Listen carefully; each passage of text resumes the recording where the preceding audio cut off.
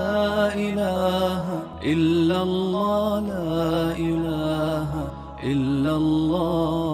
أما بعد فأعوذ بالله من الشيطان الرجيم. بسم الله الرحمن الرحيم. إنا أنزلناه في ليلة القدر وما أدراك ما ليلة القدر. ليلة القدر خير من ألف شهر. تنزل الملائكة والروح فيها بإذن ربهم من كل أمر. سلام هي حتى مطلع الفجر. قال النبي صلى الله عليه وسلم: من قام ليلة القدر إيمانا واحتسابا غفر له ما تقدم من ذنبه. صدق الله وصدق رسوله النبي الكريم، ونحن على ذلك من الشاهدين والشاكرين، والحمد لله رب العالمين. اللهم صل على محمد وعلى آل محمد كما صليت على إبراهيم وعلى آل إبراهيم إنك حميد مجيد. اللهم بارك على محمد وعلى آل محمد كما باركت على إبراهيم وعلى آل إبراهيم إنك حميد مجيد. رمضان المبارک کا آخری عشرہ آج رات سے شروع ہو جائے گا، اور آج اعتکاف پر بھی بیٹھنا ہے۔ اس آخری عشرے سے متعلق بعض باتیں عرض کرنی ہیں۔ ایک تو یہی اعتکاف والا مسئلہ ہے۔ اعتکاف بہت بہترین عبادت ہے۔ یہ اعتکاف ایسے ہے جیسے کوئی شخص گدھا بن کر، فقیر منگتا بن کر کسی بہت بڑے سخی کے دروازے پر پڑ جائے اور اس کی خواہش اور صدا ہو کہ دینا ہے تو میں پڑھاؤں، نہیں دینا تو میں پڑھاؤں۔ اعتکاف کرنے والا اللہ کے در پر ایسے ہی پڑ جانے والا ہے۔ اور جب عام انسانوں میں جو سب سے زیادہ سخی ہو، سب سے زیادہ سخی، گویا حاتم طئی ہو یا حاتم طئی کا بیٹا ہو، اس کی سخاوت مشہور ہو۔ نبی پاک صلی اللہ علیہ وسلم کی ایک حدیث یاد آئی۔ آپ صلی اللہ علیہ وسلم سے متعلق صحابہ فرماتے ہیں: کان رسول اللہ صلی اللہ علیہ وسلم اجود الناس، حضور صلی اللہ علیہ وسلم سب سے زیادہ سخی تھے۔ وقال اجود فی رمضان من الریح المرسلہ، فرمایا رمضان شریف میں نبی پاک صلی اللہ علیہ وسلم کی سخاوت اتنی تھی، خصوصاً آخری عشرے میں اتنی سخاوت تھی کہ تیز ہوا سے بھی زیادہ تیز تھی۔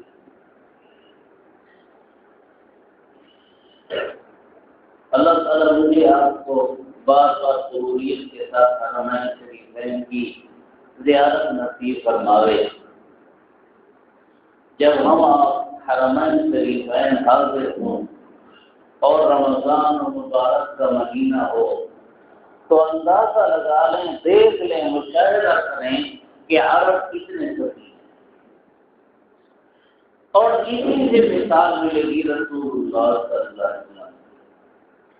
ہر آدمی، ہر بڑا آدمی، صاحب حیثیت آدمی اپنا دسترخوان لگاتا ہے اور ایک چیز کو کھینچتے ہیں: میرے دسترخوان دیا ہے، میرے دسترخوان دیا ہے۔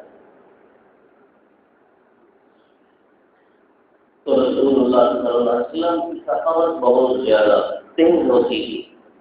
تو اعتکاف والا بہت بڑے سخی کے دروازے پر پڑ جائے، عام آدمی فقیر بہت بڑے سخی کے دروازے پر پڑ جائے اور کہیں دینا ہے تو دو، نہیں دینا نہیں دو،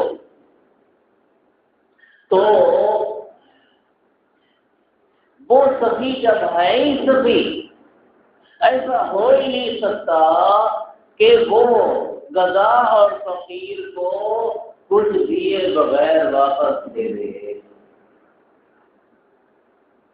غذا اور فقیر کو کچھ دیے بغیر واپس دے دے، ایسا نہیں ہو سکتا۔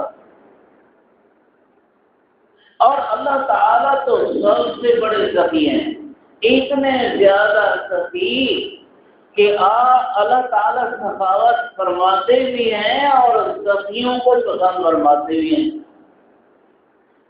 جو آدمی اللہ کی مخلوق کے ساتھ رحم و کرم ہمدردی کا معاملہ فرماوے تو اللہ تعالیٰ کو بہت پسند ہے۔ حضور صلی اللہ علیہ وسلم کی مشہور حدیث ہے، الخلق عیال اللہ، مخلوق ساری اللہ کا کنبہ ہے، وَأَحَبُّ الْخَلْقِ إِلَى اللَّهِ مَنْ أَحْسَنَ إِلَىٰ عِيَالِهِ، اللہ کو سب سے زیادہ محبوب وہی ہے جو اللہ کے اس کنبے کے ساتھ بھلائی کا معاملہ کرے۔ اللہ کو بہت محبوب ہے، اللہ کو بہت محبوب۔ اب اللہ کو بہت محبوب جب سخی اور مخلوق کے ساتھ ہمدردی کرنے والا اللہ کو محبوب ہے تو خود اللہ تعالیٰ کتنی سخاوت کرتے ہوں گے۔ اس لیے تو حدیثوں میں ہے من لم يسأل اللہ یغضب علیہ، جو اللہ تعالیٰ سے نہیں مانگتا اللہ اس پر ناراض ہوتے ہیں، مانگتا کیوں نہیں؟ حیران کی ہے ان لوگوں پر جو نمازوں کے بعد دعا نہیں مانگتے۔ ہمارے پاکستان میں، ہمارے علاقوں میں کئی ایسے لوگ ہیں جو نمازوں کے بعد دعا نہیں مانگتے۔ ہاں ٹھیک ہے، دعا کے لیے ہاتھ اٹھانا ادب ہے، اگر ہاتھ نہیں اٹھاتے مانگتے ہیں تو بھی ہو گیا، لیکن بہت سے لوگ مانگتے ہی نہیں۔ نبی پاک صلی اللہ علیہ وسلم نے ارشاد فرمایا، صحابہ نے پوچھا کون سی دعا جلد قبول ہوتی ہے؟ تو آپ صلی اللہ علیہ وسلم نے فرمایا دو رکعات المکتوبات، فرض نمازوں کے بعد دعا، اور آدھی رات کی دعا، فرض نمازوں کے بعد دعا اور آدھی رات کی دعا۔ اب رمضان المبارک ہے، ہمارے روزہ دار بھائی سحری کے وقت جاگتے تو ہیں، لیکن پھر بھی اتنی کمزوری اور سستی ہے کہ جاگ کر بھی تہجد نہیں پڑھتے اور جاگ کر بھی اللہ سے کچھ نہیں مانگتے، اور افطاری کے وقت بھی دعا قبول ہوتی ہے، اس وقت بھی نہیں مانگتے۔ اللہ رحم فرمائے ہمارے حال پر۔ تفسیر ابن کثیر بہت مشہور تفسیر ہے، اس میں میں نے ایک صحابی رضی اللہ عنہ کا پڑھا کہ وہ افطاری کے وقت اپنے گھر کے سارے بندے بچوں تک کو اکٹھا کر لیتے تھے اور فرماتے تھے دعا کا وقت ہے، سارے مل کے دعا کرتے ہیں۔ اسے بڑے سمجھ آیا کہ افطاری کے وقت جیسے آدمی اکیلے اکیلے دعا مانگ سکتا ہے، ایسے اجتماعی بھی دعا مانگ سکتا ہے۔ صحابی کا عمل کوئی بدعت تو نہیں ہو سکتا، صحابی کا عمل تو اکٹھے بھی دعا مانگ سکتے ہیں۔ سبحان اللہ۔ تو اللہ جیسے سخی کے در پر اعتکاف والا بیٹھ جاتا ہے، اور جب بیٹھ گیا شرط یہ ہے کہ بیٹھ کر بھی غفلت میں نہ ہو، یہ ضروری ہے۔ اب جب غفلت میں نہیں ہے اور بیٹھ گیا تو اللہ تعالیٰ ضرور اس بندے کا مانگا ہوا دے کر آخر رات کو رخصت فرمائیں گے، ضرور۔ اعتکاف میں آج رات سے اعتکاف ہے، اعتکاف میں ہمارے کئی ساتھی آزاد کا پورا لحاظ نہیں رکھتے، اللہ کے گھر میں ہیں، کھانے پر پہنچ جائیں تو کیا حال ہوتا ہے، کھانے دار کے سامنے بھی نہیں ہے، پھر بھی کھانے میں دل دھڑکتا ہے لوگوں کا، ہمارا نہیں، لوگوں کا دل دھڑکتا ہے، اور وہ چاہ رہے ہوتے ہیں یہاں کے آداب کے خلاف کوئی کام نہ ہو جائے، ایسا نہ ہو کہ اس پر ڈانٹ پڑے یا سزا ملے. تو یہ تو اللہ تعالیٰ کا گھر ہے. تو اللہ تعالیٰ کے گھر میں تو آداب کی رعایت اس سے بھی زیادہ ہو. اللہ کے گھر بھی اور اللہ کی عظمت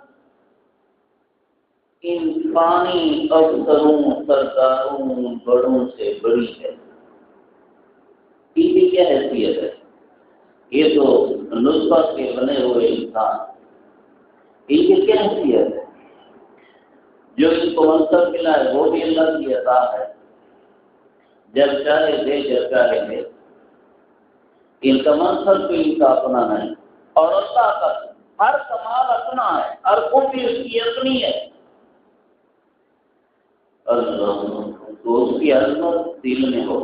حضرت خان رحمہ اللہ فرماتے ہیں کہ 21ویں پارے میں اللہ تعالیٰ نے پہلی آیت میں جو 3 عمل بیان فرمائے ان 3 عملوں پر پابندی. اعتراف والا ان پر پابند ہے. قرآن شریف کی تلاوت کثرت سے کرے. واقعی میں نماز پڑھے اور ذکر اللہ اکبر ذکر کرے. تلاوت اگر آدمی ناظر پڑھو بھی نہیں ہے تو الحمد اور قل هو اللہ شریف تو اس کو آتی. یہی پڑھتا رہے جو ٹائم اپنا تلاوت کے لیے مقرر کرے وہ یہی پڑھتا رہے الحمد اور قل هو اللہ شریف. اس پر بھی بڑے انعامات ملتے ہیں. الحمد کے اپنے فضائل ہیں، قل هو اللہ شریف کے اپنے فضائل ہیں. ایسے ہی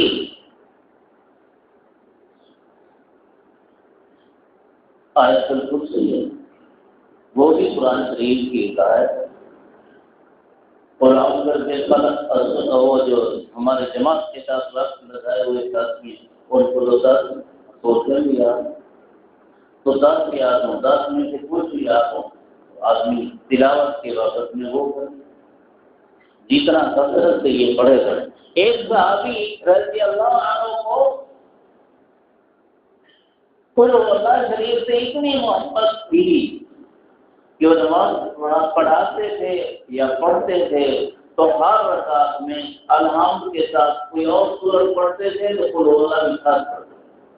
قل هو اللہ بھی پڑھتے تھے کوئی اور سورت بھی پڑھتے تھے. تو کسی نے حضور صلی اللہ علیہ وسلم سے عرض کیا یا صلی اللہ علیہ وسلم نے سن لیا.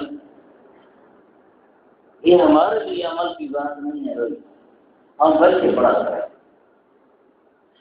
تو آپ صلی اللہ علیہ وسلم نے پوچھا، انہوں نے عرض کیا یا رسول اللہ مجھے قل هو اللہ کی بہت محبت ہے. تو آپ صلی اللہ علیہ وسلم نے فرمایا یہ قل هو اللہ تجھے جنت میں لے جائے گا. یہ قل هو اللہ تجھے قل هو اللہ کی محبت تجھے جنت میں لے جائے گا. اس لیے ایک تو تلاوت کرے، دوسرا نماز. 5 وقت کی نماز کو یہ تو خود پڑھے گا. اگر پیچھے قضا نمازیں ہیں تو ان قضا نمازوں کو ادا کرے. قضا نمازوں یہ تو بات ہے مسجد میں تو قضا نمازیں ادا کرے. تلاوت کے سجدے باقی ہیں وہ ادا کرے. اور اگر قضا نمازیں نہیں ہیں تو نوافل کی جتنی کثرت ہو سکے ادا کرے. حضرت امام زین العابدین رحمہ اللہ روزانہ 1000 رکعت نوافل پڑھتے تھے. دن رات میں 1000 رکعت نوافل پڑھتے. دوسرے بزرگ ہوا کسی کا 200 رکعتیں پڑھنا، کسی کا 500 رکعتیں پڑھنا، مختلف روایتیں ہیں. نبی پاک صلی اللہ علیہ وسلم کی آنکھوں کی ٹھنڈک ہے نماز. جو ہے قرۃ عینی کے طرح آنکھوں کی ٹھنڈک کا کیا مطلب ہے؟ جیسے اولاد آنکھوں کی ٹھنڈک ہے تو جب صاحب اولاد اپنی اولاد کو دیکھتا ہے چھوٹے چھوٹے بچوں کو ان کے پیار کی وجہ سے ان کی دین کی تھکاوٹ ختم ہو جاتی ہے. نماز سے حضور صلی اللہ علیہ وسلم کو اتنی محبت تھی کہ نماز کے ذریعے سے تھکاوٹ ختم. امت کو بھی یہی تعلیم ہے، جب کبھی پریشان ہو جاؤ تو نماز کی طرف متوجہ ہو جاؤ۔ کان رسول اللہ صلی اللہ علیہ وسلم اذا حضره امر بادر الى حضور صلی اللہ علیہ وسلم کو جب کوئی پریشانی آتی نماز کی طرف متوجہ ہو۔ حضرت شیخ الحدیث رحمہ اللہ نے لکھا ہے کہ نماز کی طرف متوجہ ہونا اللہ کی رحمت کی طرف متوجہ ہونا ہے، اور اللہ کی رحمت حاصل ہو گئی تو بس پھر کیا کام رہا، کچھ نہ رہا۔ تو نماز کا استعمال۔ دوسرا، تیسرا، ذکر اللہ۔ آدمی تصویر لے لے، تصویر کر کر کے سبحان اللہ، الحمدللہ، اللہ اکبر، ضرور شریف مختصر، اللہم صلی علی محمد وعلی آل محمد وبارک وسلم، یا وبارک وسلم نہ پڑھے تو اللہم صلی علی محمد وعلی آل محمد، اتنا اللہم صلی علی محمد النبی الامی وعلی آلہ وسلم تسلیما۔ حضرت امام شافعی رحمہ اللہ کا لکھا ہے کہ وفات کے بعد خواب میں کسی نے دیکھا تو پوچھا کہ حضرت اللہ تعالیٰ نے کیا معاملہ کرا؟ فرمایا اللہ تعالیٰ نے انعامات، احسانات، نوازشات سے نوازا، اللہ تعالیٰ نے مغفرت فرمائی ہے۔ کون سا عمل اللہ کو پسند آیا؟ فرمایا میں ضرور شریف پڑھا کرتا تھا، اللہم صلی علی محمد وعلی آل محمد کلما ذکرہ الذاکرون وکلما غفل عن ذکرہ الغافلون۔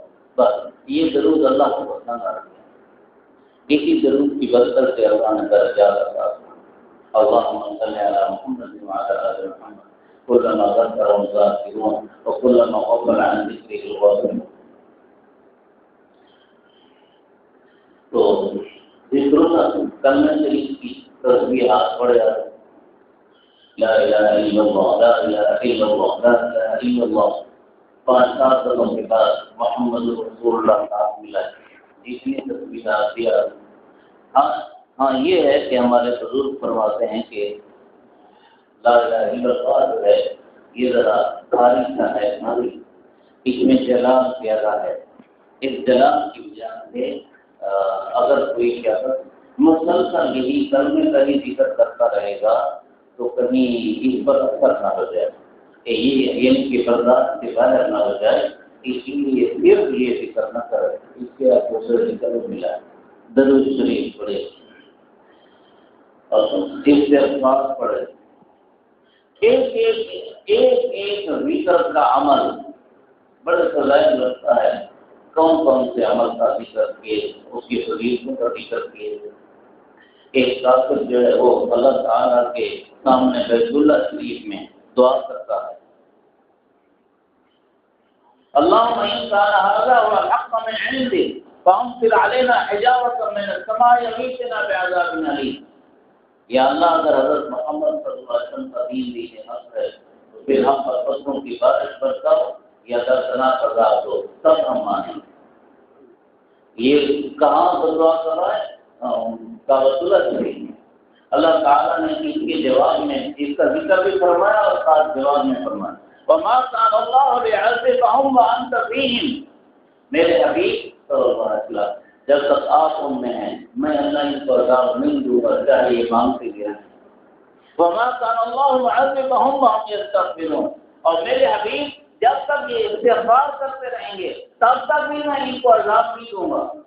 کفر سے توبہ نہیں کرتے، وہ شرک سے توبہ نہیں کرتے، دوسرے بھی ان کے گناہ ہیں، لیکن جب تلبیہ پڑھتے ہیں اور طواف کرتے ہیں بیت اللہ کا تو کافر ہو کر مشرک ہو کر وہ لفظ بولتے ہیں غفرانک، اے اللہ ہمیں آپ کی مغفرت چاہیے، یہ لفظ بولتے ہیں۔ اللہ فرماتے ہیں مجھے اس کا یہ لفظ بھی اتنا پسند ہے کہ آخرت میں اس کی وجہ سے تو نجات نہیں ملے گی لیکن دنیا میں عذاب سے بچا رکھوں گا۔ وما كان الله معذبهم، کافر کو استغفار پر اللہ عذاب دنیا کا نہیں دیتا تو مومن کو استغفار پر کیوں عذاب دے گا؟ آج امت استغفار چھوڑ گئی ہے، اس کے چھوڑنے کی وجہ سے طرح طرح کے عذاب میں مبتلا ہیں۔ احساس ہمیں نہیں ہے، ہم عذاب کو عذاب نہیں سمجھتے، جیسے بنی اسرائیل والے اللہ کے عذابوں کو عذاب نہیں سمجھتے۔ پاس اللہ علیہ طوفان، طوفان آیا، وقتی طور پر اس کو عذاب سمجھا، اور پھر موسیٰ علیہ السلام سے درخواست کی کہ ہمارے لیے دعا کرو اپنے رب سے کہ یہ طوفان دور کرے، ہم مومن ہو جائیں گے۔ طوفان حضرت موسیٰ علیہ السلام کی دعا سے دور ہو گیا، لیکن وہ ایمان نہیں لایا۔ وانجرادا، پھر وہ جو طوفان والا پانی آیا، اس کے بعد پیچھے سبزہ پیدا ہو گیا، بڑی پیداوار نکلنے لگی، تو وہ کہنے لگے پتہ چلا کہ یہ طوفان کوئی عذاب نہیں تھا، اس لیے ہم اس کو عذاب مانتے کوئی نہیں، موسیٰ علیہ السلام پر ایمان نہیں لایا۔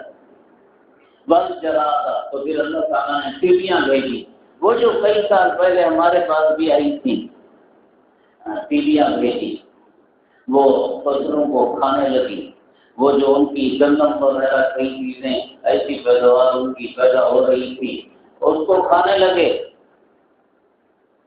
تو اب اس سے بھی ذرا پریشان ہوئے، پھر موسیٰ علیہ السلام سے درخواست کی دعا کرو یہ دور ہو جائے۔ حضرت موسیٰ علیہ السلام نے دعا کی، تیلیاں ختم ہو گئیں، انہوں نے کہا کہ آپ پھر بھی ایمان نہیں لاتے، اس لیے کہ یہ لگتا ہے موسیٰ علیہ السلام کی جادوگریاں۔ بس والا، اب ان کے دو معنی ہیں، جوئیں جسم میں کپڑوں میں جوئیں پڑ گئی، جسے تنگ آ گئے، اب پھر موسیٰ علیہ السلام سے دعا کروائی، موسیٰ علیہ السلام اللہ کے جلیل القدر پیغمبر نے دعا کر دی، یہ عذاب ختم ہو گیا، پھر بھی ایمان نہیں۔ والا دوسرا معنی کہ یہ جو گندم کھانے والا کیڑا ہوتا ہے، یہ ان کی پڑی ہوئی گندم میں پڑ گیا۔ پہلے انہوں نے کہا کہ فصلیں اگر ختم ہو گئی تو کیا ہوا، ہمارے گھروں میں گندم پڑی ہے، تو اللہ تعالیٰ نے وہ گندم کا کیڑا پھینک دیا، اب وہ گندم آٹا ہونے لگی، تو پھر دعا کروائی، پھر موسیٰ علیہ السلام نے دعا کی، پھر کہنے لگے یہ موسیٰ علیہ السلام کی جادوگریاں ہیں۔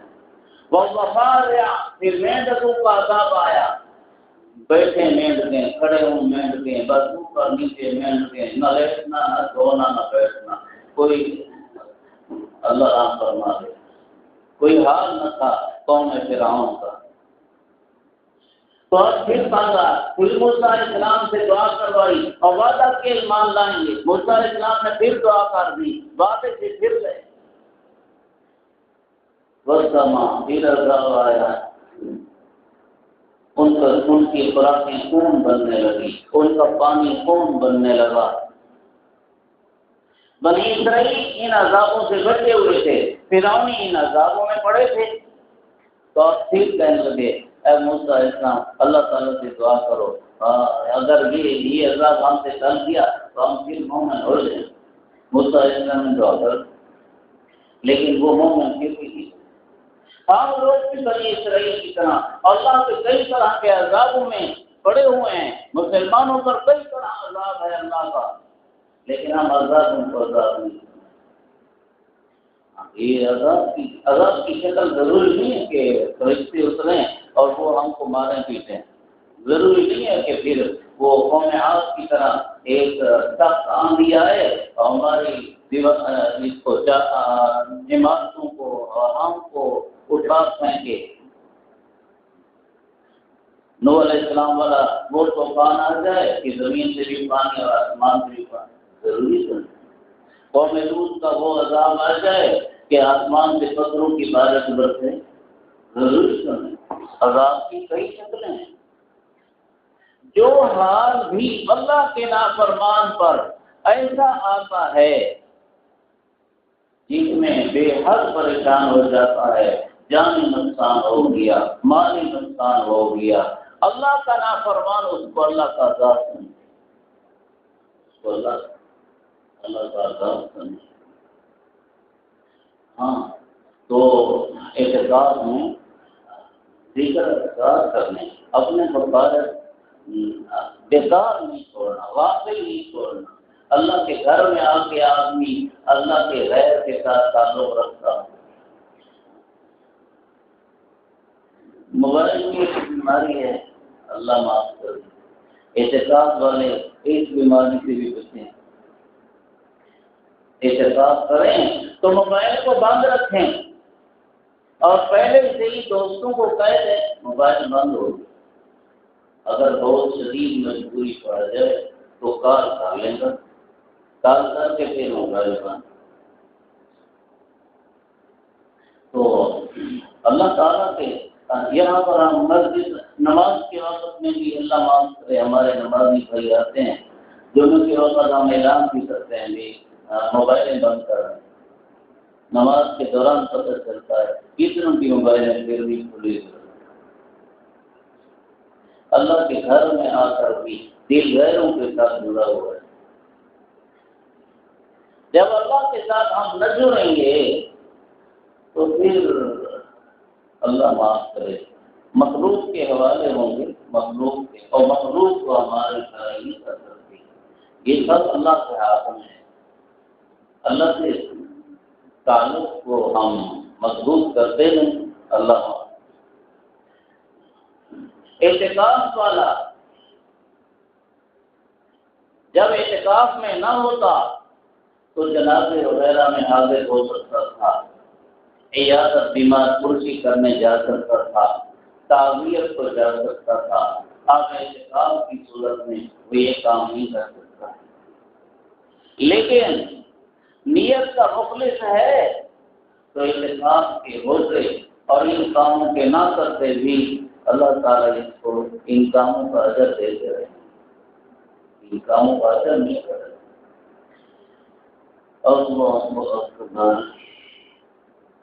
تو ایک عمل تو اس عشرے کا ہے اعتکاف، اور یہ بہت بڑا عمل ہے.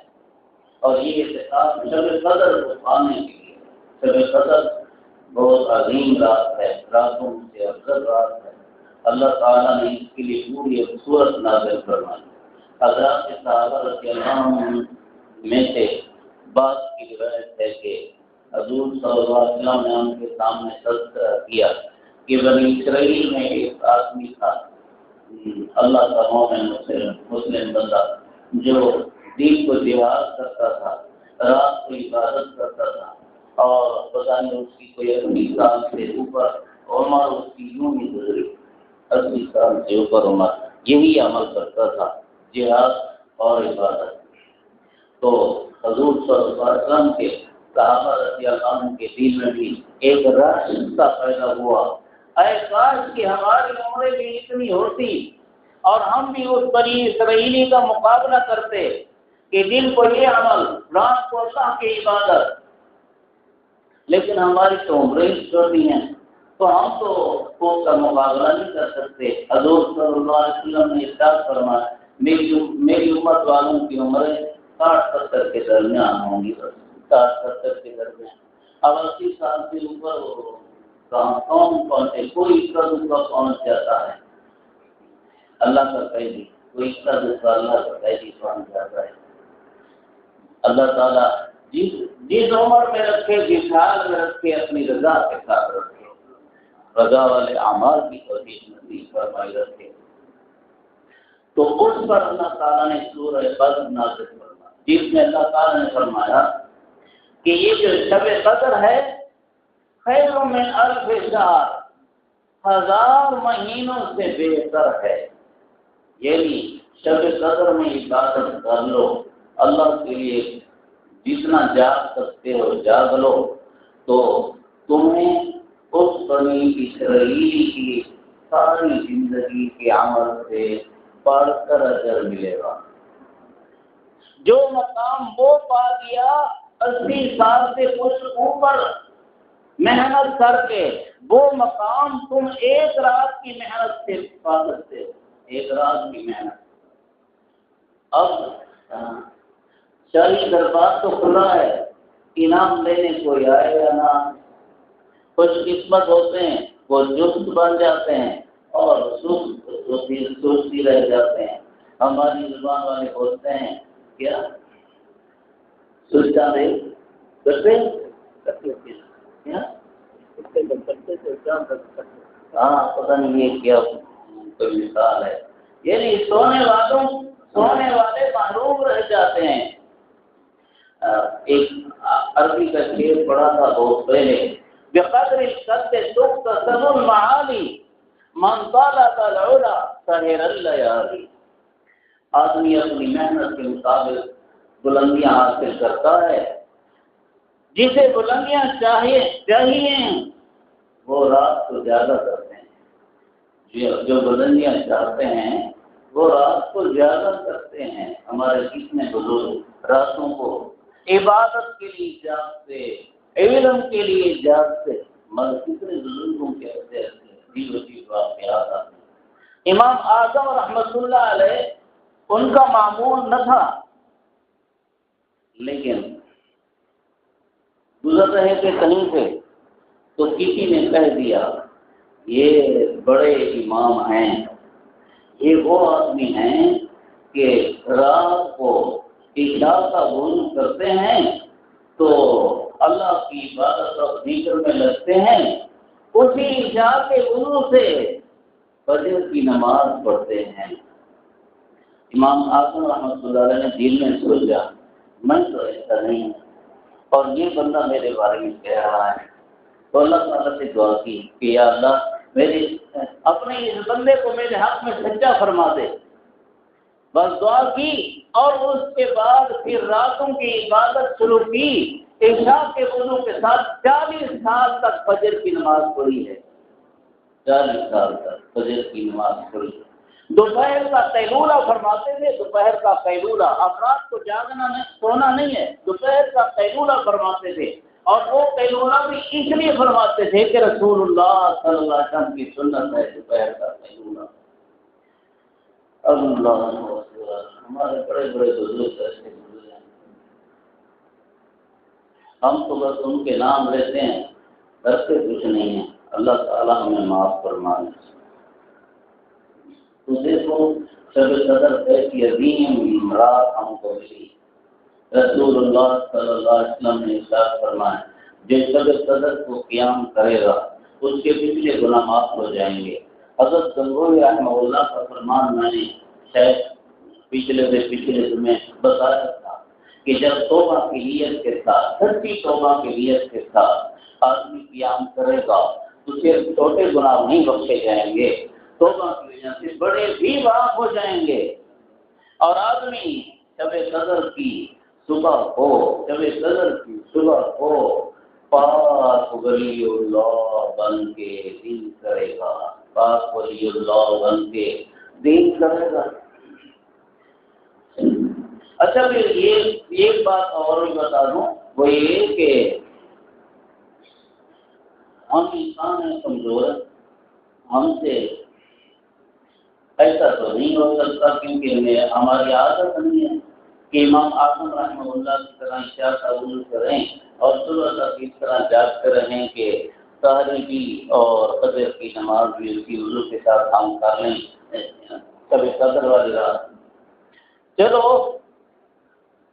ہم سے جتنا ہو سکتا ہے وہ تو ہم کر لیں، ہم سے 20 نوافل، 7 نوافل، 100 نوافل، 200، جتنے تک ہم آسانی کے ساتھ جاگ سکتے ہیں اتنے تک تو چلو آسانی کے ساتھ ہم جاگتے رہیں، اور جب ہمارا نیند کا ہم پر نیند کا غلبہ آ جائے پھر لیٹ جائیں۔ اور احتساب شب قدر کو جاگنے والا بھی اگر احتساب والا نہ ہو تو وہ بھی احتساب کی نیت رات کو کرنا ہے۔ احتساب کی حالت میں اور اللہ کے گھر میں جب آدمی لیتا ہوگا تو لیٹنے کی حالت میں بھی ذکر و قیام کا اجر پالے گا انشاءاللہ، ضرور پالے گا۔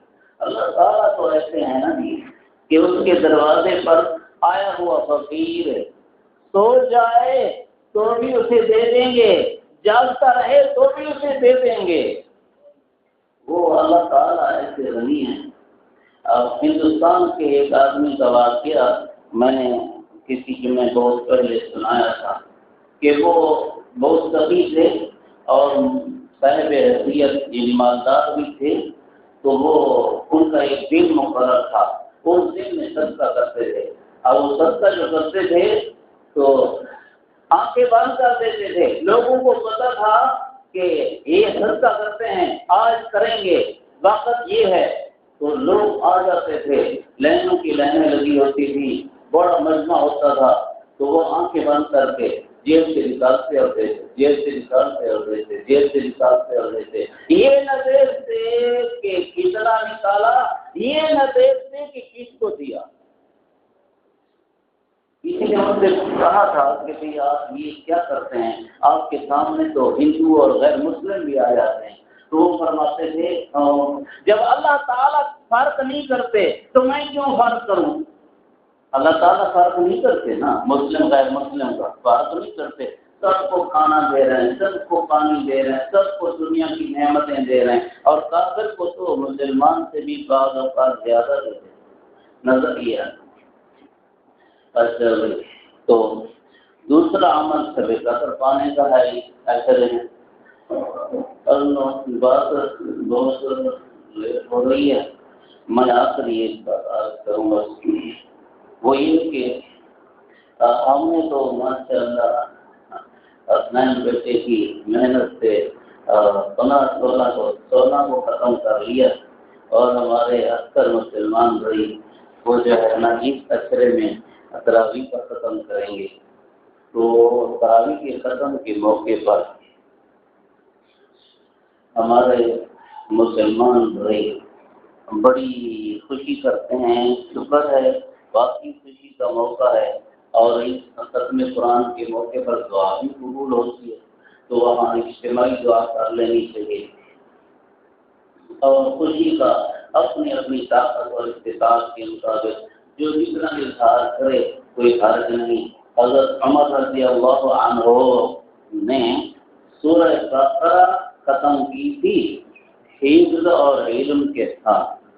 سورہ بقرہ ختم کی تھی تو پتہ نہیں کتنے اونٹ خیرات کیے تھے، مجھے ابھی یاد نہیں ہے. بہت سے اونٹ خیرات کیے تھے، ذبح کر کے ان کی خیرات کی تھی. تو ختم قرآن کے موقع پر یہ کوئی حرج نہیں ہے، گناہ نہیں ہے. مٹھائی کے لیے ہر کوئی آدمی، ہر کوئی اپنے طور پر جو مٹھائی دیا کرے، چندہ نہ کیا کریں. جو مٹھائی اپنے طور پر دیا کرے اپنے طور پر دینے میں کوئی حرج نہیں. ہر ایک خود ہی ہمارے دیہات میں نے اپنی بستی میں دیکھا کہ ہر ایک خود ہی جو مٹھائی دل کرتا تھا وہ دکان سے خرید لاتا تھا، اور تراویح کے وقت آگے رکھ لیتا تھا. پھر جب ختم ہو جاتا تھا تو پھر وہ تقسیم ہو جاتی تھی. کوئی کس رنگ کی ہے، کوئی کس رنگ کی ہے. اچھا، اس کے ساتھ ایک بات پھر یہ بھی ہے کہ تراویح میں ختم کے وقت حافظ قرآن کی ضرور خدمت کی جائے. ہم دیوبندی بڑے کنجوس ہیں، اللہ معاف کرے. جب ہمیں مسئلہ یہ ملے نا کہ اس مسجد پر پیسہ نہیں لگتا تو ہم اس مسجد کو نہیں دیتے. اس مدرسے پر پیسہ نہیں لگتا، ایک حافظ پر، اس قاری پر، اس امام پر پیسہ نہیں لگتا، خدا شخص پر پیسہ زکوٰۃ و شر نہیں لگتا. تو بس ہم ایک دفعہ مجھے اپنا یاد ہے، ایک مالدار آدمی تھا، وہ مجھ سے پوچھ رہا ہے کہ اگر آپ پر زکوٰۃ و شر لگتا تو میں آپ کو زکوٰۃ و شر کا کچھ پیسہ دے دیتا ہوں. میری بات سمجھے تیرا، میں تو شرم کی وجہ سے کچھ نہیں بولا، لیکن ایک بزرگ ساتھی تھے میرے ساتھ کھڑے تھے، تو جو کہا اس پر نہیں لگتا اس پر. کیوں نہیں لگتا؟ موٹر سائیکل اس کے نیچے ہے، سفید کپڑے ہیں، ماشاء اللہ. تین صاحب دیکھو، یہ ہے ہم نے صوفی پاؤڈر نہیں لگایا ہوا، کریمیں نہیں لگائی ہیں. تو وہ کہتے ہیں کہ جس کا ظاہر یہ ہو اس پر نہیں لگتا. میں نے زکوٰۃ کی مسائل بیان کرتے ہوئے آپ کو بتایا تھا کہ اگر کسی شخص کی کار ہے لیکن اس کی آمدن اتنی ہے کہ بڑی مشکل سے اس کے گھر کا گزارا چل رہا ہے، کار کے ذریعے سے آمدن حاصل کرتا ہے، کرائے پر چلاتا ہے، تو یہ بھی غریب ہے چاہے کار کا مالک ہے، کیونکہ کار اس کی ضرورت میں لگ رہی ہے. ظاہر از ضرورت کے پیسے سے آدمی امیر بنتا، تو جب ہمارے لوگ جو ہے نا وہ اماموں کی خدمت نہیں کرتے، اور کئی لوگ اماموں کی خدمت سے بڑے خطراتے ہیں، پریشان ہوتے ہیں۔ یہ ایک کتاب ہے، اس کا نام ہے اعلاء السنن۔ آپ کے مولویوں نے اس کی زیارت نہیں کی ہوئی ہے، اعلاء السنن۔ مولانا ظفر احمد عثمانی رحمۃ اللہ علیہ نے 21 جلدوں میں یہ کتاب لکھی ہے، 21 جلدوں میں میرے پاس ہے، ہاں یہ اپنے پاس چلایا۔ اس میں ہے حضرت عمار بن یاسر، جانتے ہیں آپ لوگ، نام سنا ہوا ہے؟ حضرت عمار بن یاسر رضی اللہ عنہ خود بھی صحابی ہیں، ان کے والد بھی صحابی ہیں، ان کی والدہ بھی صحابیہ ہیں، اور ان کی والدہ کو وہ سعادت حاصل ہے کہ اسلام میں پہلی شہید ہے۔ اسلام میں حضرت عمار بن یاسر رضی اللہ عنہ نے ان لوگوں کو جو جنہوں نے رمضان شریف میں قرآن شریف پڑھا عطیات دیے۔ کسی کو دیکھنا ان عمار بن یاسر آتا قومن قرأوا القرآن فی رمضان، یہ لفظ لکھے ہیں۔ اب حضرت عمار بن یاسر سے بڑے بزرگ ہیں، یہ صحابی ہیں، انہوں نے قرآن شریف پڑھنے والوں کو عطیات دیے ہیں۔ آگے لکھا ہے حضرت سعد بن ابی وقاص، یہ اشرا مبشرہ میں سے ہیں، حضرت سعد بن ابی وقاص رضی اللہ عنہ نے باقاعدہ اعلان کیا جو قرآن شریف رمضان میں پڑھے گا میں اسے 2,000 دوں گا، اعلان کیا۔ اور اس وقت 2,000 یہ نہیں تھے، یہ جو کاغذ کے پیسے ہیں وہ 2,000 درہم تھے، درہم چاندی کا پیسہ، یعنی ایسا سمجھو 2,000 تولے چاندی دوں گا۔ اب صحابی سے بڑھ کر کسی کا عمل کیا ہو سکتا ہے؟ یہ لاہور کا، یہ پشاور کے مولانا ہیں، مولانا مفتی غلام الرحمان سے، ان کا مشہور مدرسہ ہے جامعہ عثمانیہ، جن کے طلباء کی بڑی پوزیشنیں آیا کرتی ہیں وفاق المدارس میں۔ ان سے سوال ہوا تراویح کے بارے میں، تو انہوں نے جواب میں یہ کہا ہے،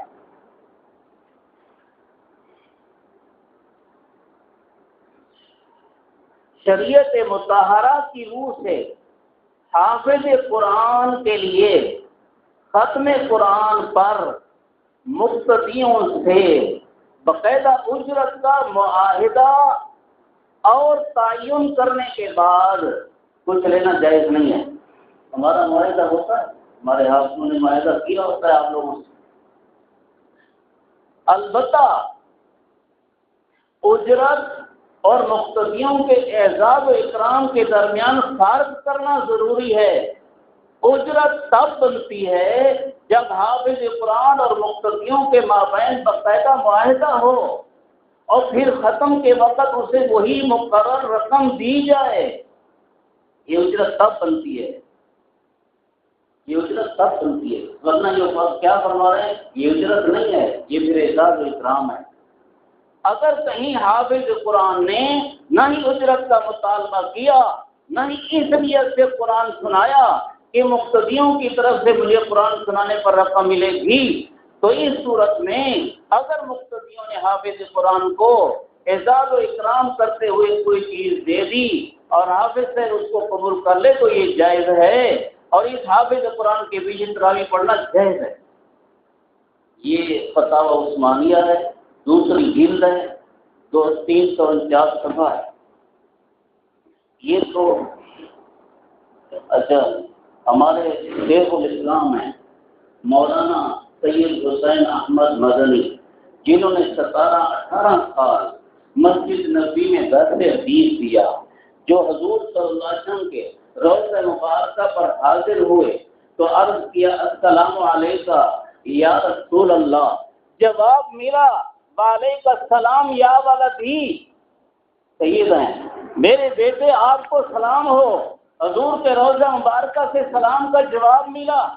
یہ ان کے مکتوبات ہیں، ان مکتوبات میں لفظ ہیں، اگر حافظ نے کوئی شرط زبانی یا عملی نہیں کی، اخلاص سے لوجہ اللہ سناتا ہے اور مقتدی اس کو بغیر طلب کچھ دیتے ہیں، خواہ کم یا زیادہ، اس کو لینا جائز ہے، اور کسی کی نماز اور ثواب میں کوئی خلل نہیں۔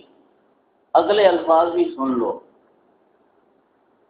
توجہ سے، بلکہ مقتدیوں کو مزید ثواب کی امید ہے۔ یعنی اگر حافظ نے کوئی شرط نہیں لگائی اور پھر مقتدی اس کا اکرام کر لیتے ہیں، اس کو پیسے دے دیتے ہیں، تو مقتدیوں کو قرآن سننے کا ثواب الگ ملے گا اور اس کا مزید ثواب ملے گا، اس کا مزید ثواب ملے گا۔ یہ مکتوبات ہیں، چوتھا حصہ ہے، 67 صفحہ ہے، کراچی کی چھپی ہوئی ہے، اور ہمارے بہت بڑے بہشتی زیور کے مصنف حضرت مولانا اشرف علی تھانوی رحمہ اللہ، ان کی کتاب ہے، ان کے خطبات ہیں، خطبات کی 10ویں جلد ہے، 10ویں جلد کا نام فضائل صوم و صلاۃ ہے، یہ نماز روزہ کے فضائل کی جلد ہے۔ اس کے 291 صفحے پر وہ فرماتے ہیں، تراویح یا 5 نمازوں کی جماعت شاعر سے ہے، اسلام کے شاعر سے ہے، اس کے لیے اگر مفت کا امام نہ ملے تو اجرت ٹھہرانا درست ہے۔ میں آپ کو کہوں گا مفت نہ سناؤ بس، یہ حضرت تھانوی رحمہ اللہ فرماتے ہیں یہ مفت کا امام نہ ملے تو اجرت ٹھہرانا بھی جائز ہے۔ یعنی وہ بزرگ تو فرما رہے ہیں کہ انہوں نے اجرت نہ شرط ٹھہرائی ہو تو لے لینا جائز ہے، یہ فرما رہے ہیں اجرت شرط بھی ٹھہرائی ہو تو امام ہونے کی حیثیت سے لینا جائز ہے۔ بس تراویح کا امام ہونے کی حیثیت سے، آخر امام نہیں ہے۔ اور میں آپ کو صاف بولتا ہوں، عربی کی کتابوں میں، عربی کے فتاوی کی کتابوں میں تراویح کے امام کو اجرت دینا کہیں نہ جائز نہیں لکھا، عربی کے فتاوی میں، یہ بات میری نوٹ کریں، عربی کے فتاوی میں کہیں نہ جائز نہیں لکھا۔ عربی کے فتاوی میں لکھا ہے امام کو امامت پر اجرت دینا جائز ہے، یہ لکھا ہے نا۔ اب اس میں یہ تو نہیں لکھا کہ 5 نمازوں کا امام ہو یا تراویح کا امام ہو، تراویح کے امام کو جائز نہیں ہے اور 5 نمازوں کے امام کو جائز ہے، نہیں، جو امام بھی ہو نماز پڑھائے اس کو امامت کے عوض میں اجرت دینا جائز ہے، اسی اجرت کو تنخواہ بولتے ہیں۔ اور